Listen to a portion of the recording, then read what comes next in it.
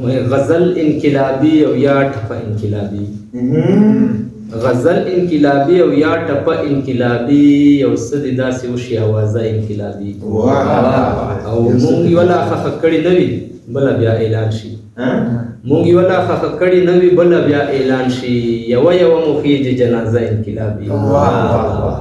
او عارف وزیر عثمان کاکړ ارمان لونی چې تللي عارف وزیر عثمان کاکړ ارمان لونی چې تللي بس تللي له نړۍ د قافله انقلابي او په شان د خالقداد بابر چې سر پر وطن زار کوي